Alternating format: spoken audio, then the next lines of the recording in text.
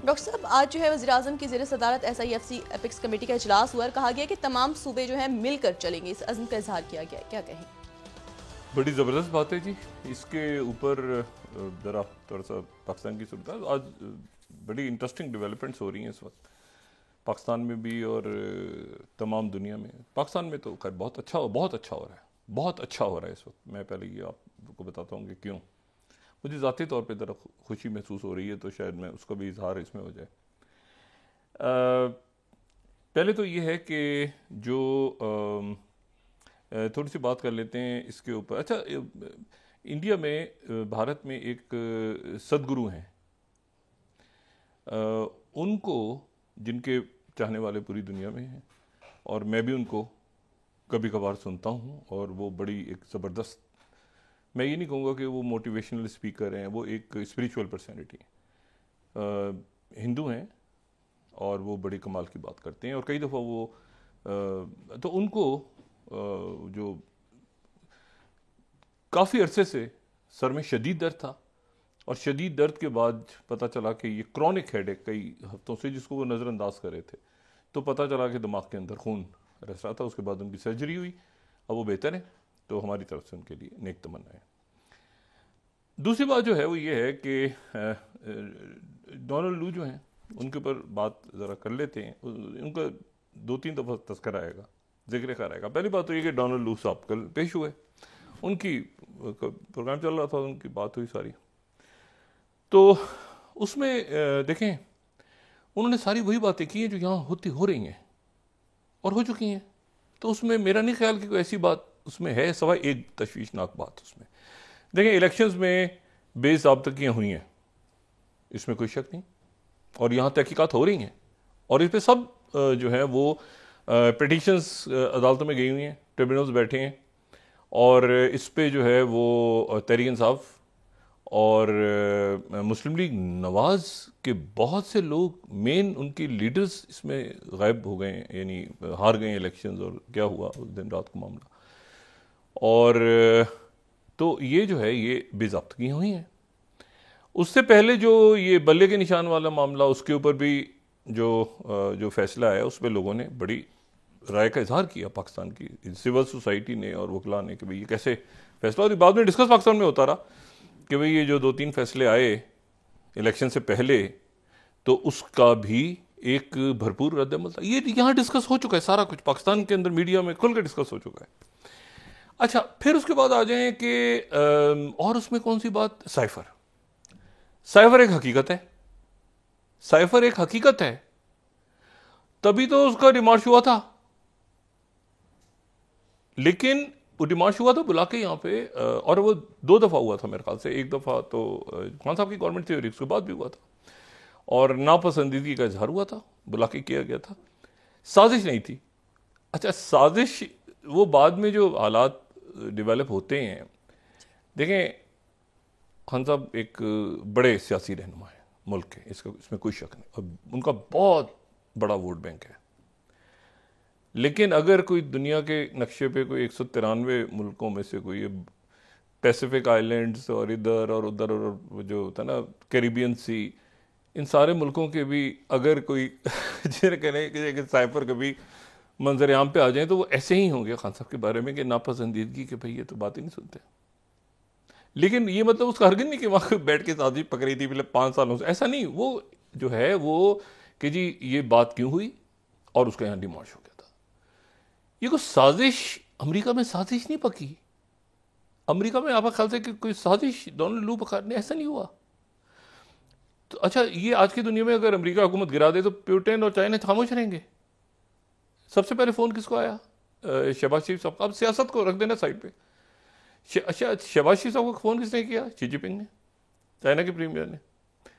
मैं खान साहब से क्या कहता रहा हर प्रोग्राम में कि गवादर का दौरा करें, गवादर का दौरा करें, गवादर का दौरा करें। क्या इशारा था मेरा कि कौन सा मुल्क आपसे नाराज़ हो रहा है कि आप गवादर की तरफ नहीं जा रहे? देखिए, बात यह है कि इसमें खाली खान साहब जिम्मेदार नहीं है। उस वक्त का पूरा जो सिस्टम है, जो भी उस वक्त एक सिस्टम इस मुल्क में था, और जो खान साहब भी जिनकी बात सुन रहे थे, और जो भी हुआ, ठीक है, और तो वो सारे के सारे वो एक तरफ उनको ले गए और वो चलते गए, वो आगे चलते गए। और बीच में कहा भी गया कई दफ़ा, खान साहब को ये कहा भी गया, लेकिन ये खान साहब और वो वही लोग, वही शख्सियात बाद में उनमें से कोई पैट्रियट बना ली, किसी ने कुछ बना लिया, किसी ने कुछ बना लिया। नवाज शरीफ साहब को आप दाद दें, वो कहते हैं मैं, वो जो जुमला है ना उनका, नवाज शरीफ साहब का, बाद जुमले उनके जो है ना, वो कहते हैं मैं पलट के देखा, मुझे पता है वो कदम बढ़ाओ में कौन कितने लोग मेरे साथ खड़े होते हैं। अच्छा, अब जो पाकिस्तान से बाहर जो मौजूद हैं, मैं आपको बताऊं कि मुझे अभी जितना मैंने सफ़र किया है कई सालों में, सफ़र से मुराद अल्लाह ताला का शुक्र है उर्दू के सफ़र की बात कर रहा हूँ, इंग्लिश के सफ़र की नहीं बात कर रहा, तो वो मुझे कोई ऐसा शख्स नहीं मिला जो खान साहब को बुरा भला कह रहा हो। ढूंढ के भी तलाश करो तो नहीं मिल, सारे के सारे लोग खामोश, वो जो है ना, वो मतलब है कि वो खान साहब के ही हैं, मतलब है कि बाकी पार्टियां कहीं होंगी लेकिन वो खान साहब को ही जाते हैं पाकिस्तान में, चाहे अमेरिका में हो, चाहे यूरोप में हो, चाहे खलीजी हो, जो खामोश हैं, लेकिन वो उनके जो चाहने वाले वो कह रहे हैं कि कैसे हुआ, क्या हुआ, वो परेशान है पाकिस्तान के हालात से। और जाहिर है कि उन्होंने फिर ये सारा लॉबिंग वगैरह की, जो भी कुछ किया इसमें, लेकिन असल अगर मेरी बात हुई उनके, मैं जानता भी हूँ जो उनके अहदेदार हैं, उनसे ताल्लुक़ रहा है काफ़ी लोगों से, जो लॉबी होती है ना, वो स्टेट डिपार्टमेंट को कन्विंस करना होता है आपने, स्टेट डिपार्टमेंट को कन्विंस, लॉबी देखें, मार्क सेगल थे, बाकी लोग थे, बेनज़ीर भुट्टो साहबा जब ये ज़ियाउल हक साहब की आए हैं वो, तो अमेरिका में बेनज़ीर भुट्टो साहबा बयान करती हैं उनकी किताबों में, उनके पुराने पीपल्स पार्टी के लोग जानते हैं कि अमेरिका पसंद नहीं करता था बेनज़ीर भुट्टो साहबा को, बिल्कुल भी नहीं पसंद ही नहीं करता वो, मतलब है कि वो इतना एक अफगान जहाज जो चढ़ा हुआ था। तो उस वक्त मार्क सेगल जो थे वो मतलब बेनज़ीर भुट्टो साहबा को उन्होंने, यानी कहना चाहिए ना कि बस अमेरिका में आने की इजाज़त दी, और वो बेनज़ीर भुट्टो साहबा, पूरी दुनिया में भुट्टो साहब चले गए, वहाँ जहाज चल रहा है वो साहब, आप जो है वो कन्विंस करते हैं स्टेट डिपार्टमेंट को, और उनको कायल, लॉबिंग फर्म्स उनको कायल करती हैं, उनके ऊपर चढ़ाई नहीं कर देते आप स्टेट डिपार्टमेंट में, कैरियर ऑफिसर्स में खास तौर पे। तो ये मेरी बात हुई, वो तस्लीम उन्होंने किया कि हाँ हमें इस तरह से करना चाहिए कि स्टेट डिपार्टमेंट, बजाय इसके कि हम कांग्रेस, अब देखें ना वही कह रहे हैं कि जी वो आएंगे इलेक्शन में वोट लेने, अच्छा चलें वोट आ गए, ट्रंप आ गए, ट्रंप आने के बाद तो ट्रंप अपनी टीम बनाएंगे, अपनी टीम बनाने के बाद वो उसमें 4 महीने और 5 महीने और लगेंगे, फिर उस जनूबी एशिया का कोई बंदा आएगा, फिर वो बात, मसला ये है कि इस दौरान इवेंट्स तो बहुत से हो रहे हैं पाकिस्तान में, ठीक है ना, तो ऐसे इश्यूज जो हैं वो मतलब है कि वो तो वैसे ही बहुत से फैसले इधर जो है वो हक में आ रहे हैं, उनके बहुत से फैसले चैलेंज हो रहे हैं, बहुत से फैसले ऊपर नीचे हो रहे हैं, दाएं बाएं आगे पीछे चल रहा है सारा सिलसिला, तो साजिश नहीं हुई वो बैठ के होता है ना कि वो डिमांड हुआ, खत्म हो गया किस्सा। अच्छा, तो इसमें लेकिन अब ये है कि तो ये तो हो गई उस, लेकिन उसमें जो दूसरी तशवीशनाक, जो सबसे ज़्यादा तशवीशनाक बात है ना, वो ये है कि उन्होंने कहा कि मुझे धमकियां मिल रही हैं, और ये उन्होंने कांग्रेस के फ्लोर पे कहा। अच्छा, डोनाल्ड लू जो हैं, ये जहन में रखें कि कैरियर डिप्लोमेट हैं, ये अमेरिका में मौजूद कोई, जैसे अभी ये पन्नू का कत्ल के हवाले से भी मैं अभी बात करूंगा कि उसके बाद क्या वाकयात हुए, वो डिप्लोमेट हैं, और जब आप डिप्लोमेट हैं और आप इंतहाई वर्टाइल इलाके हैं ना दुनिया के, आप उनमें मतलब सेंट्रल एशिया में ये रहे हैं, पहले ये किर्गिस्तान में सफ़ीर रहे हैं, ये पाकिस्तान में रह के गए हैं, और ये पाकिस्तान दोस्त कहलाते हैं, ये पाकिस्तान के बड़े अच्छे, यानी आप कहना चाहिए कि पाकिस्तान के खैर ख्वाह लोगों में से हैं। कल भी इन्होंने बात की कि भाई ये, लेकिन वो बीच में एक वाक़या बस मनसूब हुआ था, वो बीच में आ गए, पाकिस्तान के दोस्तों में से हैं। अच्छा, अब मसला ये है कि वो चीज़, वो बात जो है वो मतलब डिमार्श होगी, ख़त्म होगी। उन्होंने बात की ना कि मुझे कत्ल की धमकियाँ मौसूल हो रही हैं, अब किन की तरफ से हो रही हैं वो बात यकीनन नोट हो चुकी हुई है पहले से, ये मैं आपको ख़बर दे रहा हूँ कि बहुत से लोग जिन्होंने डोनाल्ड लू साहब को धमकियाँ दी हैं, और वो आने वाले दिनों में अपने जगहों पे ट्रबल में आएंगे, ठीक है, क्योंकि ये अब बिल्कुल आप समझ लेना कि इस वक्त ये नो गो एरियाज़ हैं।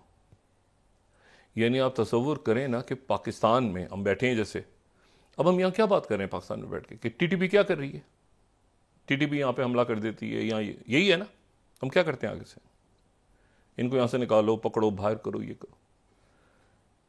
मैं कोई मिसाल नहीं दे रहा, मैं आपको सिर्फ बता रहा हूँ कि जब कत्ल की धमकियाँ वहाँ, और लिस्ट है पूरी, ये पता नहीं हमारे यहाँ पे लोगों को इल्म है कि नहीं, एक लिस्ट ऐसी है आने वाले दिनों में जो वहाँ पे शायद पब्लिक होके उसके बाद वो वहाँ से वो खुद उनको भेजें, उन्हें रिकॉर्ड किया हुआ है। अपने डिप्लोमेट्स को सिक्योर करते हैं, अपने शहरियों को भी सिक्योर करते हैं, तो डिप्लोमेट्स को नहीं करते होंगे। तो ये बात जो है, ये मेरे ख्याल से इस बात, ये सबसे ज़्यादा संगीन बात है। बाकी ये कि उन्होंने कहा कि साइफर नहीं है, तो साइफर तो डिमाश हो चुका है ना, लेकिन साइफर में साजिश नहीं थी। असल बात है कि साजिश नहीं थी, और ये मामला पहले से चल रहा था।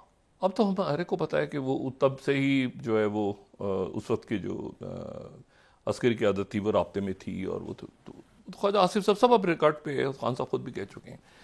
तो लेकिन ये है कि ये दो बातें। तीसरी बात जो पाकिस्तान के हवाले से जो आज इम्पोर्टेंट है वो ये है कि जो SIFC है जी। ये बड़ा ज़बरदस्त। अच्छा, SIFC अब क्या है, मुझे इसकी ना कोई ब्रीफिंग्स है मेरे पास, ना मुझे इसका इल्म है, ना मैं किसी उनके अहदेदार से मिला हूँ, ना मैं उनके दफातर में गया हूँ, लेकिन मैं एक अपना तज़किया दे सकता हूँ जो बिल्कुल गलत हो सकता है। एक तज़किया तो मैं दे सकता हूँ ना SIFC के ऊपर, अपने जहन में लेकर आए। और फिर आपको ये लफ्ज़ सुनने में आ रहे हैं बार बार, एपेक्स कमेटी, ये सारे मामला। अब अपने जहन में लेकर आए कि ये लफ्ज़ एपेक्स कमेटी हमने कब सुना था। ये एपेक्स कमेटी का लफ्ज़ हमने आखिरी दफ़ा सुना था 2018 से पहले, और ये उस वक्त सुना था जब कराची और सिंध में हालात बड़े ख़राब हुए थे, और ये माशी दहशतगर्दी, और ये आज ये माशी दहशतगर्दी आज इन्होंने कहा है, वज़ीर आज़म साहब ने जो तकरीर की है अभी, उन्होंने कहा 400 अरब रुपए की बिजली की चोरी हो रही है। ये माशी दहशतगर्दी है, मुल्क को खोखला किया जा रहा है। अगर 400 अरब की चोरी हो रही है और 35% लैंड लॉसेज हो रहे हैं, यानी मेरे पड़ोस में कोई बिजली चोरी कर रहा है, बिल मुझे आ रहा है, और 975 अरब रुपए की सब्सिडीज दी हुई है पावर सेक्टर को, यानी कि उनको सस्ते दामों जा रही है, उनको सस्ते जा रही है, और ब्लैकमेल करते हम कारखाने बंद। अच्छा, अब जाएं भाई, बंद करके यहां से जाएं, कहीं और काम करें जाके, या बिजली का बिल दें। तो ये पूरा का पूरा जो एक सिस्टम था। अच्छा, एपेक्स कमेटी पे आ जाए, याद करें कि क्या थी एपेक्स कमेटी, याद करें। इससे पहले एपेक्स कमेटी का नाम कहाँ सुना था? एपेक्स कमेटी का नाम उस वक्त सुना था, मैं कहता हूं कि जमहूरियत रहेगी, मुल्क ठीक करना है। ये हुआ था जब कराची के अंदर इशू था, मईशत के इश्यूज खड़े थे, लॉ एंड ऑर्डर के 250 लाशें गिर रही थी जमीन पे। तो एपेक्स कमेटी के इजलास होते थे, उसमें उस वक्त के आर्मी चीफ जनरल राहिल शरीफ, उस वक्त के कोर कमांडर कराची, ठीक है, general Naveed Mukhtar, DG rangers general Bilal Akbar, और उस दौरान जो है वो जनरल रिजवान भी थे पहले, फिर वो बाद में DGI बन गए। लेकिन कोर कमेटी नहीं, एपेक्स कमेटी के इजलास होते थे कराची में, और कराची का लॉ एंड ऑर्डर और कराची की जो मईशत थी, मईशत भी ठीक हो रही थी कराची की। उस जमाने में जो है ये भी हो रहा था कि पैसे कैसे बाहर जा रहे हैं, ये कैसे हो रहा है सारा। और उसमें नवाज शरीफ साहब बतौर वजीर आजम भी शरीक होते थे, और जरदारी साहब उस वक्त जाहिर है कि सदर नहीं थे वो भी, लेकिन शरीक होते थे। कई इजलासों में जरदारी साहब भी शरीक हुए, कई ऐसा हुआ कि जरदारी साहब शरीक नहीं हुए, और उसमें जो है मुराद अली शाह साहब शरीक होते थे। और उसमें मईशत, अच्छा, अब उसको उस एपेक्स कमेटी को बहुत बड़े मुल्क के लेवल पे ले जाएं आप। अब आप उसके कई शाखें बना लें कि उसमें बाहर से इन्वेस्टमेंट भी होनी है, एक इन्वेस्टमेंट भी आनी है जहां पर आपके सिविलियंस भी, आपकी अदालतें भी, आपके ब्यूरोक्रेसी भी, सिविल मिलिट्री ब्यूरोक्रेसी दोनों, सिविल मिलिट्री ब्यूरोक्रेसी दोनों, और अवाम भी, अवाम उसका हिस्सा बनेंगे तो आगे मुल्क चलेगा ना। अब वो इन्वेस्टमेंट्स आएंगी, ये मुझे बताएं 400 अरब रुपए की चोरी हो रही है शहबाज शरीफ द्वारा, इसको कौन पकड़ेगा? इनको कोई पकड़ेगा ना? हो रोनते हुए निकल जाएंगे। ये जुमला भी शायद अगर किसी को याद हो तो, ये मैं उस ज़माने में ये जुमला अदा करता था, ये मेरा जुमला नहीं था, किसी और का जुमला था।